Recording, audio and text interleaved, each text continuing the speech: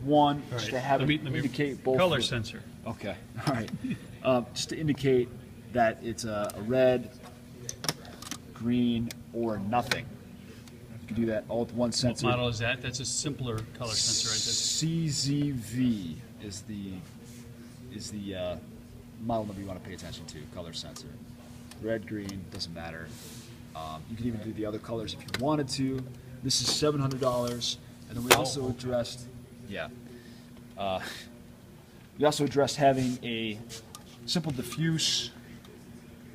Where are we going with these guys here? Which one's working? Well, a simple diffuse sensor set up right here that would indicate that it sees a chip or not. And then having another version of, where did I put that? Things are starting to get confusing on my. No, not that one. Here we go. All right, pardon me. Having this one right here saying I see red or green. You can adjust this to be a little bit more. So it's only seeing Stronger. great scales of gray, but red would give it a higher- or lower than green and be able to detect with two different It would sensors the reflect more colors. light back to Right. the sensor. Gotcha. Right. Okay. The problem is that the metal is going to give you reflection as well, Yeah. and that's going to give you an indicator. So even though it's Is that close to the green or red though? It's got to be way higher, right? Than both. yeah, well, I And look. the green and red are different from each other. So you can, So you only It's get not an to analog signal. you but only you're get to sen- pick out one color. oh, So basically, okay. you're saying if it's red, if it's not a dark enough chip, it's going to go into the reject pile. Everything else moves on. Is what we would be doing with that sensor. Well, I actually have this at such an angle right now that the red is giving you indications. Oh, the metal is not too.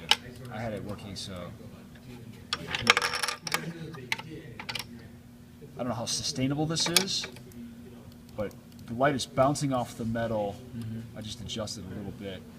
And giving output, and right? not giving an output, but then I introduced the red and it is giving an output, and the green should be nothing as well.